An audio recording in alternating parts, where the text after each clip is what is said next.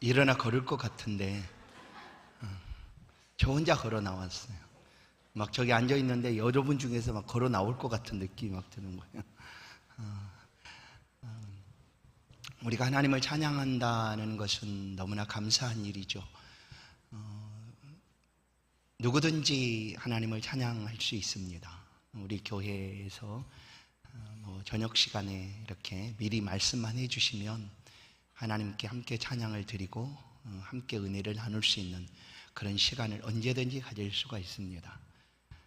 악기로도 또 목소리로도 목소리가 좋으신 분들은 그 좋은 목소리를 하나님께도 드리시고 또 성도들과 함께 은혜 나누는 그런 기회를 좀 주십시오.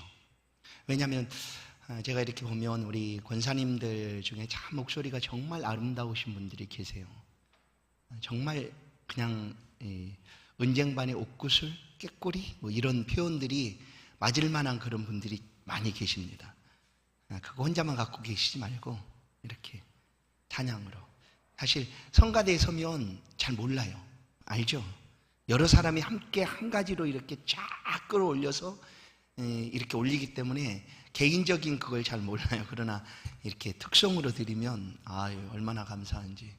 하여튼 우리 찬양 장전팀이 이렇게 주일 저녁을 또 은혜롭게 만들어 주셔서 감사하고 하나님께서 영광을 받으셨을 줄로 믿습니다. 다시 한번 격려의 의미에서 박수. 하나님 감사합니다. 또 해주세요. 또 해주세요. 네, 감사합니다. 오늘 말씀은 이방인의 구원이라는 제목으로 함께 읽은 로마서 11장 말씀을 함께 상고하겠습니다. 바울 사도는 본문을 통하여 이방인의 구원에 대해서 말씀을 합니다. 왜냐하면 이 서신이 전해진 곳이 바로 로마입니다. 로마에 물론 유대인들, 흩어져 있는 유대인들도 있었지만 로마 교회의 대부분의 성도들은 이방인들이었습니다. 그래서 그들에게 이 서신을 보내면서 그들이 궁금해하고 있는 것들, 또한 그들이 이제 마음에 담아두고 있었던 그런 것들에 대해서 아주 자세하게 로마서를 통하여 말씀을 해줍니다. 그리고 바울 자신도 나는 이방인의 사도다라고 정확하게 선언을 하고 그렇게 사도의 삶을 살아가게 됩니다. 그것은 바로 사도행전 9장을 보면 다메섹으로 가던 길에서 부활하신 예수를 그 다메섹에서 만났던 바울이었습니다. 그때는 핍박하기 위하여 예수 믿는 사람들을 잡으러 가기 위하여 다메섹으로 갔다가 그 가는 길에서 부활하신 예수를 만나게 됩니다. 그리고 그 일로 계기로 주의 제자 아나니아의 집에 갔다가 아나니아를 통하여 하시는 하나님의 말씀을 바울이 듣습니다. 사도행전 9장 15절을 보면 주께서 이르시되 가라사대 이 사람은 내 이름을 이방인과 임금들과 이스라엘 자손들에게 전하기 위하여 택한 나의 그릇이다. 그래서 바울의 사도권의 문제가 많이 등장을 합니다.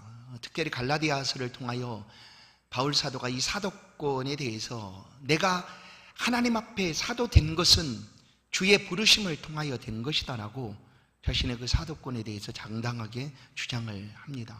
그런 어떤 사람은 바울이 언제 사도였느냐 라고 이렇게 말하는 일도 있었지만 분명하게 밝히고 있는 것은 하나님이 그를 이방인의 사도로 부르셨다라는 것입니다. 그래서 바울은 평생 이방인들을 향한 그 복음 사역을 감당했던 사람이 바울이었습니다.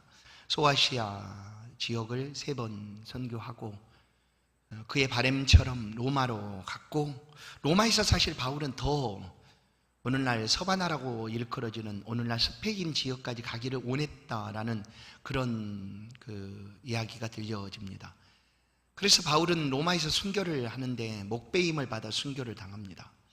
그래서 로마에서 죽을 때 그 바울은 그 간절한 그 소망을 담아서 그의 목 잘린 목이 서바나를 향하여 1번, 2번, 3번 이렇게 통통 튀겼다라는 그런 이야기가 전해져 옵니다. 그 방향이 바로 스페인. 그러니까 그럴 정도로 부름받은 이방인의 사도로서의 삶을 하나님 앞에 충실하게 살았던 사람이 바로 이 바울 사도였다. 그래서 오늘 13절을 보시면 내가 이방인의 사도 된 것은 이 직분 받은 것은 너무나 영광스러운 일이다 라고 고백을 합니다. 이방인의 사도인 만큼 내 직분을 영광스럽게 여긴다 하고 이 사도된 이 삶을 영광스럽게 여기고 사역을 하였다. 우리도 하나님이 부르셨습니다. 성도라고 부르셨죠. 모든 사람들에게 하나님이 직분을 주셨으면 그건 바로 성도의 직분입니다. 거룩한 하나님의 백성이라는 뜻이죠. 거룩한 하나님의 사람으로 삶을 살아가도록 그 직분을 맡겨주셨고, 또한 그 직분에 필요한 모든 것들을 하나님께서 더해 주셨습니다. 특별히 교회 안에 몸된 그리스도의 머리가 되시는 교회를 섬겨가도록 교회에 필요한 직분들도 허락해 주셨습니다. 그래서 우리가 받은 이 직분이 얼마나 영광스럽고 기쁜 일인가를 우리 또한 말씀을 통하여 확신케 됩니다. 내가 맡은 직분이 우리의 자랑이 아닙니다. 나는 이런 직분을 맡았어라고 자랑하기 위함이 아니라 하나님의 영광과 기쁨을 위하여 하나님이 우리 가운데 직분을 주신 거예요. 바울 자신도 내가 이방인의 사도가 된 것이 얼마나 영광스러운가, 하나님 앞에 영광이 되고 기쁨이 된다라는 사실을 말하고 있는 것처럼 오늘 우리가 맡은 모든 직분도 하나님 앞에서 이렇게 영광이 되고 기쁨이 되는 줄로 믿습니다. 이방인의 구원함에 대하여 바울은 오늘 본문을 통해 말하는데, 이방인들 역시 구원이 어떻게 이루어지게 되는가, 이방인도 역시 복음을 들음으로, 복음을 믿음으로 구원함을 얻게 된다라는 것이 바울이 들려주고 있는 말씀입니다. 오전에도 말씀드렸던 것처럼 바울은 평생 이 복음을 전하는 자의 삶을 살아갔는데, 바울 복음의 핵심은 바로 예수 부활이었습니다. 15절을 보시면 그들을 버리는 것이 세상의 화목이 되거든 그 받아들이는 것이 죽은 자 가운데서 살아나는 것이 아니면 무엇이리요. 죽은 자 가운데서 살아나는 것이 아니면 무엇이리요. 곧 예수 그리스도, 죽은 자 가운데서 살아나신 그 예수 그리스도, 그 예수 그리스도의 복음을 전하고 그것을 믿는 사람, 그리고 그 믿음 안에 거하는 사람이 바로 구원함에 있는 사람이다 라는 것을 말씀해 줍니다. 이스라엘 백성들이 완악했습니다. 사실 먼저 이 좋은 은혜를 받을 수 있는 기회를 그들이 가졌지만 그들이 완악해서 예수 그리스도를 거절합니다. 그들의 눈앞에 계신 그리스도를 몰라보고 십자가에 내어줍니다.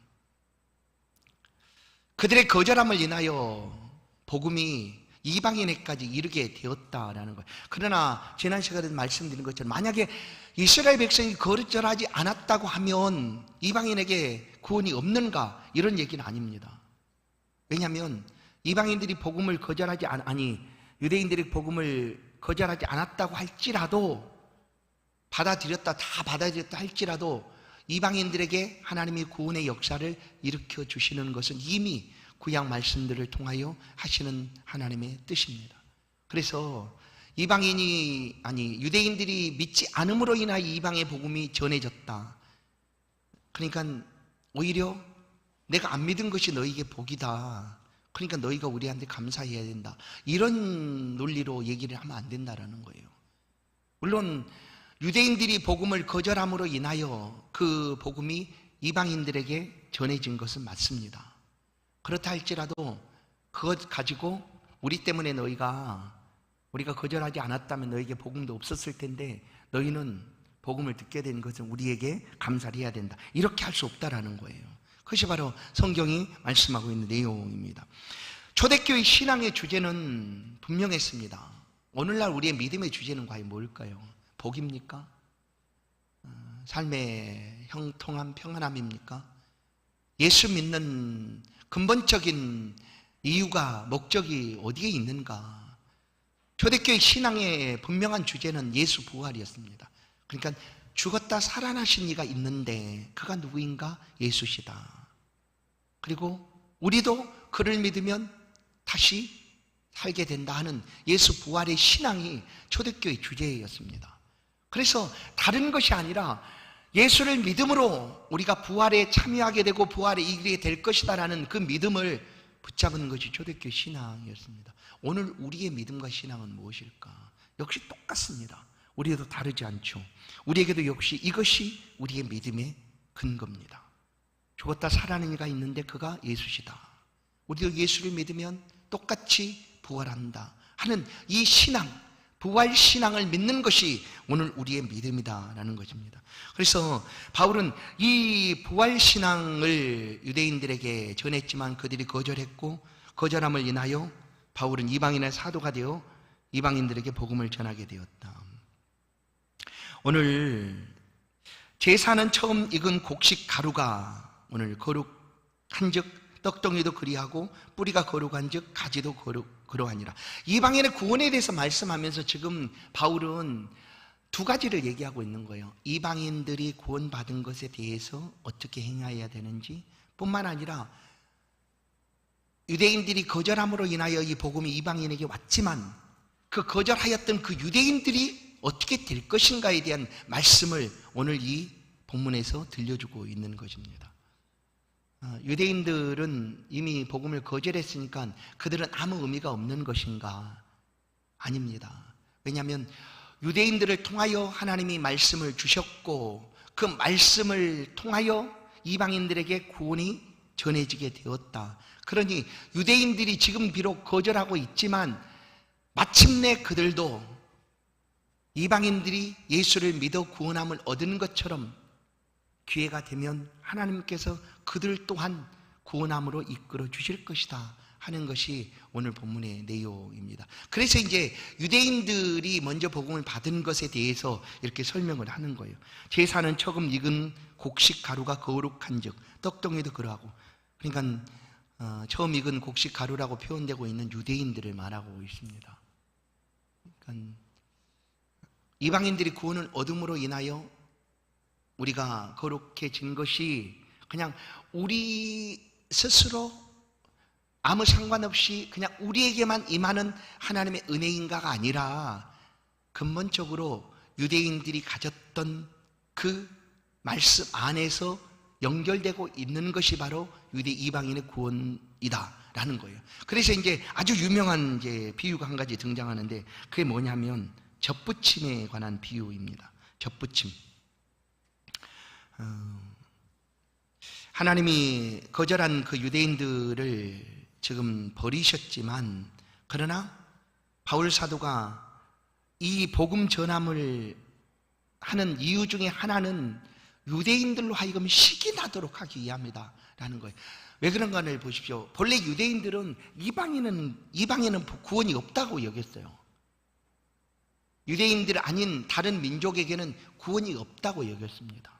유대인들이 가진 생각은, 유대인들은 대부분의 유대인은 그렇게 가졌던 거죠. 그래서 유대인 아닌 이방인은 구원이 없다라고 여긴 거예요. 하나님은 우리의 하나님이시다. 우리를 떠나서 하나님이 이방에 갈 수가 없다라고 유대인은 다 여기고 있었다라는 거예요. 그런데 지금 어떻습니까?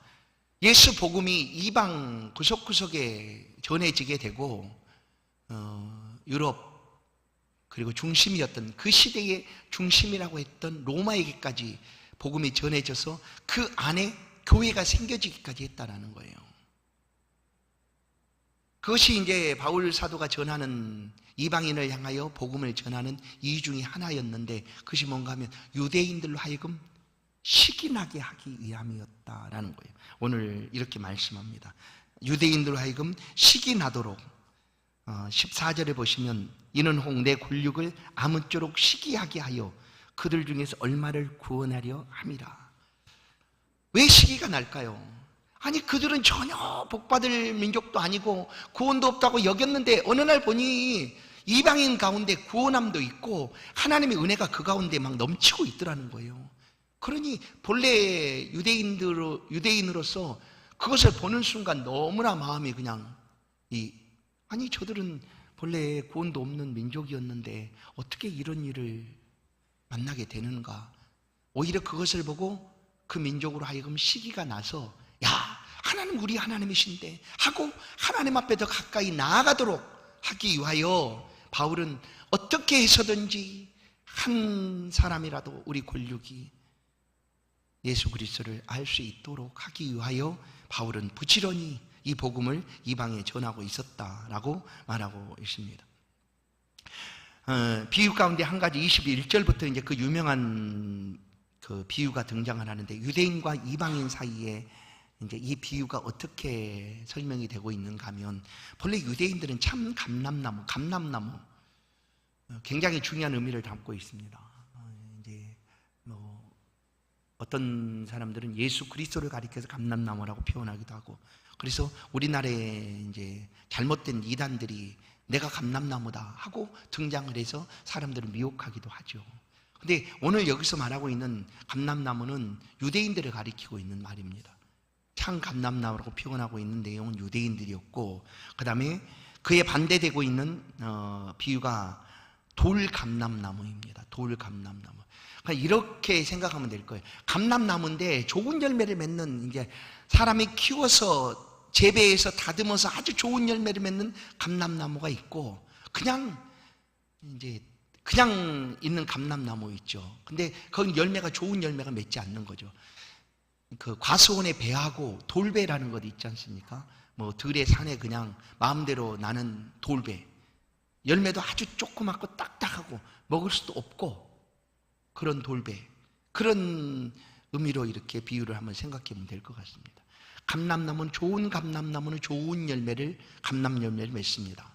그러나 돌 감람나무는 이게 좋은 감람나무 열매를 맺을 수가 없는 나무인 거죠. 바울이 그렇게 표현하고 있는 거예요. 유대인들은 참 감람나무로 표현을 했고, 그리고 이방인들은 돌 감람나무라고 표현을 했습니다. 원래 돌 감람나무였다라고 이방인들을 그렇게 표현을 합니다. 그런데 보십시오. 그런 이방인들이 지금 하나님의 구원함에 나아가고 있다는 거예요. 하나님의 구원의 은혜를 누리고 하나님 안에서 삶을 살아가고 있다라는 건데, 어떻게 이런 일이 벌어지게 되었는가를 바울이 설명하면서 이제 유대인들에게 이방인들이 접붙임이 된 것이다 라고 표현을 합니다. 접붙임이라는 것을 우리 성도님들 해보셨다고 하면 뭐 이해가 될 것 같습니다. 좋은 가지에다가 이제 이렇게 또 열매 맺지 않는 그런 가지들을 가져다가 딱 이제 붙여놓는 거죠. 그러면 나중에 그 좋은 열매의 기운을, 좋은 나무의 기운을 받아서 접붙임 받은 나무는 돌감람나무였지만 결국 그 돌감나무에게서도 좋은 감람나무가, 감람 열매가 맺히게 된다라는 거예요. 그게 바로 접붙임이거든요. 지금 이방인의 구원이 이렇게 되었다라고 바울은 설명하고 있는 거예요. 이방인들이, 만약에 유대인들이 꺾이지 않았다면 그런 기회가 없었겠죠. 그런데 유대인들이 거절함으로 인하여 복음이 이방인에게 갔고, 이방인이 그 복음을 듣고 하나님의 백성이 되었다. 그런데 왜 이 접붙임의 표현을 할까? 너희가 받은 그 구원의 은혜를 가지고 자고하거나 자랑하거나, 우리가 이렇게 구원받은 것이 우리의 의로움이라든지 또한 우리의 그 잘남이라든지 그렇게 된 것이 아니라는 것을 말씀해 주기 위함입니다. 왜냐하면 모든 사람의 구원은 사실 하나님의 은혜입니다. 이방인에게도 마찬가지죠. 그래서 하나님의 자비하심과 긍휼하심과 인애가 없었다면 너희가 구원받을 수가 없다라는 것이 바울이 말하고 있는 내용이에요. 우리도 마찬가지입니다. 오늘 우리도 하나님의 긍휼과 자비가 임하지 않았다면 우리 중에 누가 구원을 받을 수가 있겠습니까? 아무도 구원받을 수가 없었습니다. 그런데 하나님께서 이방이라고 여겨졌던 우리에게도 구원의 은혜를 베풀어 주신 이유는 우리를 하나님이 불쌍히 보시고 사랑하셨기 때문이다. 이것을 지금 로마 교회 성도들에게 얘기해 주고 싶은 거예요. 왜냐하면 로마 교회 성도들은 지금 복음을 가지고 예수를 믿음으로 인하여 그 믿은 것이 얼마나 귀한가를 알고 있습니다.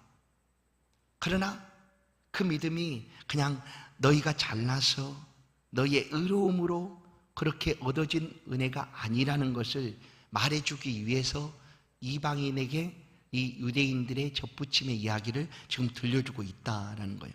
이방인들은 본래 이렇다라는 거예요. 왜냐하면 에베소서를 보면, 에베소 2장 11절 12절을 보면 간략하게 말씀해 주면 이렇습니다. 이방인들의 모습이 어떠했는가? 그들은 그리스도 밖에 있었다고 얘기합니다. 이스라엘 나라의 밖에 사람이었다.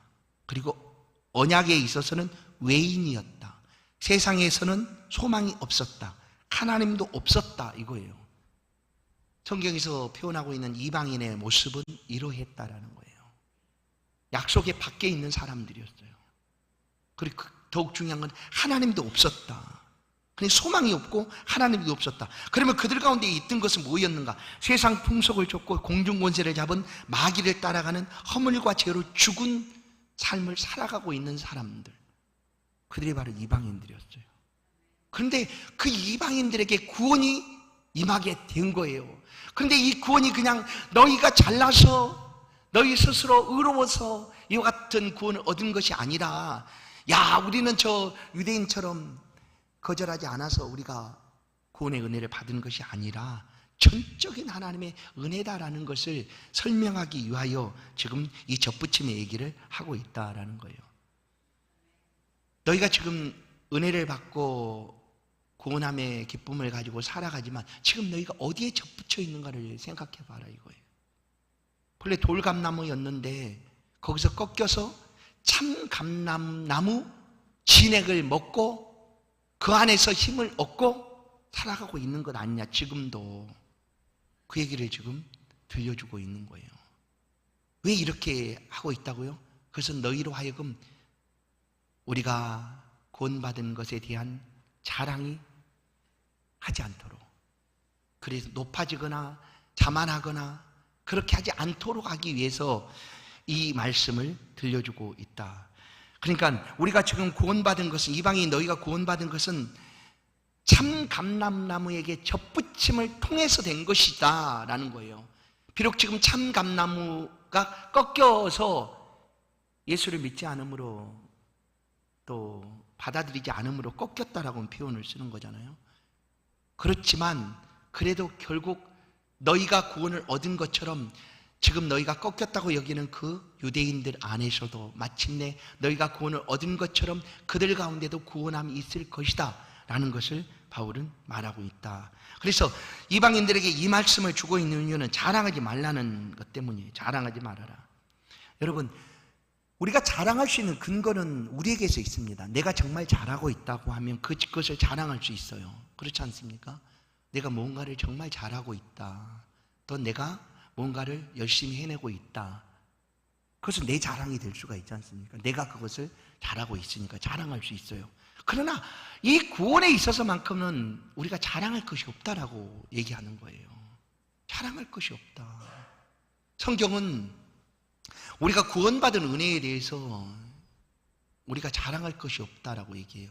그리고 성경은 우리 가운데 우리가 자랑할 것은 무엇인가를 분명하게 말씀합니다. 고린도후서 10장을 보면 자랑하는 자는 주 안에서 자랑해라. 주 안에서 자랑해라. 결국 우리가 어디에 있는가? 주 안에 있는 것이거든요. 갈라디아 2장 20절처럼 이제는 내가 산 것이 아닌 내 안에 그리스도께서 사시는 것이라. 이미 주 안에 있는 것, 주를 자랑하라고 더욱 아주 분명하게 말씀을 합니다. 갈라디아 6장 14절은 그러나 내게는 우리 주 예수 그리스도의 십자가 외에 결코 자랑할 것이 없으니 그리스도로 말미암아 세상이 나를 대하여 십자가에 못 박히고 내가 또한 세상을 대하여 그러하니라. 우리의 자랑은 주 안에서 하되 또한 우리가 자랑할 것은 그리스도 예수밖에 없다라고 성경은 말씀하고 있다라는 거예요. 왜냐하면 우리가 자랑할 것은 내 자랑이 아니거든요. 내가 자랑할 것이라고 표현하는 것은 내가 이룬 것이 아니고 내가 행한 내 근거가 아니고 하나님께서 내게 주신 은혜였고 선물이었고 믿음이었기 때문에 그것을 내가 자랑할 것이 아니다라는 거예요. 자랑하지 말아라. 너희가 지금 어떻게 구원함에 이르렀는지를 기억해라 하는 것으로 이 접붙임의 이야기를 들려주고 있다라는 것입니다. 이방인의 구원도 마찬가지입니다. 유대인들도 구원도 마찬가지고 이방인들의 구원도 마찬가지입니다. 그 구원은 하나님의 자비와 긍휼하심 때문에 구원이 있게 된 거예요. 그럼 이 구원이 어떻게 찾아오는가? 믿었기 때문이라는 거예요. 믿었기 때문에. 어떤 걸 믿었느냐? 말한 대로 초대교회의 복음의 중심은 예수 부활입니다. 죽은 자 가운데 살아나신 이가 있는데 이 사람이 예수시다. 그 예수가 그리스도시다. 곧 그리스도는 뭐예요? 구원자라는 것 아니겠습니까? 메시아, 우리를 구원하실 분 라고 그 복음이 전해주니 그것을 믿은 것 때문에 구원 얻은 것이다 라는 거예요. 그러니 자랑할 것이 없다. 20절을 보십시다. 옳도다. 그들은 믿지 아니함으로 꺾이고 너희는 믿음으로 섰느니라. 유대인들은 이것을 믿지 않음으로 꺾였다는 표현을 씁니다. 그러나 너희는 믿음으로 그 앞에 섰지만 그 믿음까지도 결국은 뭐예요? 하나님이 주신 은혜라는 거예요. 선물이다. 에베소 2장 8절, 믿음은 하나님이 주신 선물이다 라고 말씀하고 있듯 그 믿음 역시 하나님께서 주신 것이니 하나님 앞에 자랑할 것이 없다. 22절, 너희가 만일 하나님의 인자하심에 머물러 있으면 그 인자가 너희에게 있으리라. 하나님이 우리 가운데 베풀어 주신 그 인자하심, 자비하심, 의로우심 그 안에 있으면 우리가 자랑할 것이 있겠습니까? 하나님의 모든 것이 은혜로 된 것이니. 그래서 구원의 은혜는 자랑할 것이 없다. 오직 하나님이 우리를 불쌍히 여기시고 자비와 긍휼을 베풀어 주신 것 때문이다. 우리가 믿음 안에 있다는 것도 전적인 하나님의 선택이다. 이것이 이제 로마서를 통하여 끊임없이 말씀하고 있는 바울의 이야기입니다. 왜냐하면 이 로마서 7장이라든지 8장을 보면 바울이 우리가 믿게 된 것은 어떻게 해요? 들음으로. 그 들음은 어떻게? 그리스도 말씀으로. 그냥 누가 그 말씀을 듣느냐? 선택받은 사람이 먼저 미리 정하신 자가 듣고 정하신 자로 믿게 하고 부르신 자로 믿게 하고 그리고 믿은 자로 하여금 하나님이 의롭게 하고 성결하게 해서 하나님의 사람으로 살아가도록 하신다라고 로마서를 통하여 말씀하고 있는 것처럼 우리가 믿은 건 이건 역시도 사실은 하나님의 선택으로 하나님께서 주신 은혜다. 우리 가운데 베풀어 주신 자비하심이다라는 것을 들려주고 있습니다. 오늘 이방인들의 구원함에 대해서 바울은 얘기하는데 그들이 구원받은 것이 얼마나 귀한 거지. 이제 이 말씀은 오늘 우리의 삶에서 한번 적용해 보시면 내가 구원받은 것이 얼마나 귀한가 하는 거예요. 그러나 이 구원받음의 은혜가 유대인들이 거절했기 때문에 내가 받은 것인가? 유대인들은 믿지 않으므로 내게는 이와 같은 구원의 은혜가 임한 것인가? 그러니까 나는 참 복된 사람인가? 라는 것이 아니라 내가 지금 구원받은 은혜는 하나님이 베풀어 주신 은혜다. 전적인 은혜다. 그러니 그 하나님 앞에서 자랑할 것이 없이 그냥 주신 은혜를 따라 그 하나님의 자비하심과 긍휼하심과 인애 안에서 살아가라라는 말씀입니다. 그렇다고 해서 거절한 유대인들은 이제 완전히 끝났는가? 이 바울은 서신 곳곳에서 이 유대인들, 자기 동족에 대한 애틋한 사랑을 그냥 드러냅니다. 이제 오늘 우리가 예수를 믿어서, 여러분, 예수 믿고 우리가 천국에 가면 어떻습니까? 시집가고 장가가는 것이 아니에요. 그런데 왜 이 땅에서 형제나 자매나 부모의 관계로 맺어진 그 사람에 대한 애틋한 마음들을 가지고 있을까? 왜? 천국 가면 그것이 없는데 천국 가서 우리 아버지 만납시다, 아버지 모이십시오, 우리 가족 모이십시오, 뭐 이런 게 없어요. 천국 가면 나중에 장차 오면 그런 게 없어요. 그러나 이 땅에 있는 동안엔 이 바울이 가졌던 그 마음처럼, 바울 보십시오, 이방인의 사도로 삶을 살아가지만 끊임없이 그 동족에 대한 안타까운 마음을 가지고 어떻게 해서든지 우리 동족이 예수를 한 사람이라도 믿을 수만 있다면 나는 어떤 모양으로든지 어떤 형태로든지 그 일을 감당하겠다 하는 것이 바울의 다짐이었습니다. 그러니까 오늘 우리가 물론 천국 가면 그것이 그런 관계가 없겠지만 그래도 이 땅에 사는 동안은 우리 생각이나 우리의 삶에서 끊을 수 없지 않습니까? 그건 하나님이 주시는 것들이니까. 형제라든지 또 가족이라든지 사랑하는 관계라든지 이런 것들이 사라지지 않거든요. 응? 뭐 천국 가는 거 없으니까 그건 안 돼요. 이 땅에 있는 동안엔 여전히 그 관계가 계속 우리 안에서 연결되고 있는 거예요. 바로 바울이 가졌던 그 마음처럼 오늘 우리가 가진 이 믿음을 한 사람이라도 누군가가 또 내가 사랑하는 사람이 하나님의 은혜를 입고 이렇게 구원함에 나갈 수가 있다면 얼마나 감사할까 하는 마음으로 삶을 살아가라라는 거예요. 구원받은 은혜의 삶을. 유대인들은 꺾였습니다. 믿지 아니함으로 꺾였지만 마침내 이방인을 그 돌감람나무 같은 이방인을 불러서 하나님의 자녀 삼으셨던 하나님께서 이게 유대인들에게 하는 말이에요. 그런 이방인도 하나님이 이렇게 긍휼과 자비를 베풀어서 하나님의 구원으로 이르게 하였다면 먼저 택함 받은 그 유대인들을 하나님께서 그냥 두시겠는가 하는 거예요.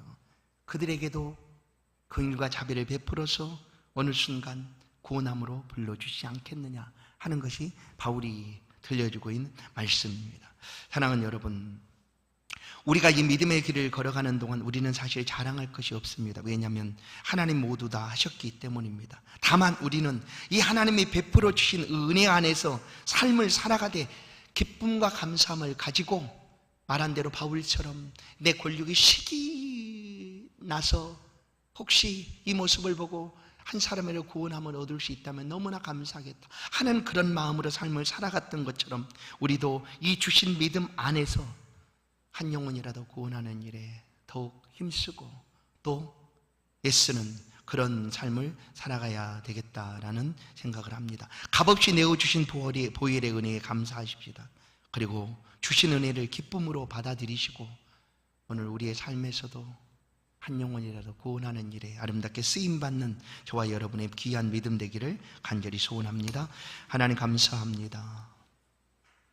우리에게 임한 이 구원의 은혜가 하나님이 베풀어 주신 놀라운 은혜인 것 우리가 잊지 않고 감사를 드립니다.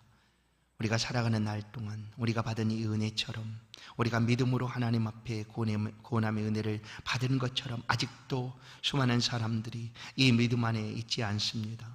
어떻게 해서든지 우리를 통하여 한 영혼이라도 구원될 수 있다면 이 땅의 삶이 얼마나 복되고 귀하겠습니까? 하나님 우리를 그렇게 사용하여 주옵소서. 우리에게 주신 이 구원의 은혜에 감사하며 기쁨으로 날마다 삶을 살아갈 수 있도록 주의 성도들을 붙들어 주시고 은혜 베풀어 주옵소서. 다시 한번 믿음에 굳게 서서 하나님을 향하여 감사하며 삶을 살아갈 수 있도록 은혜 베풀어 주옵소서. 예수 그리스도의 이름으로 기도하옵나이다. 아멘. 찬송 345장입니다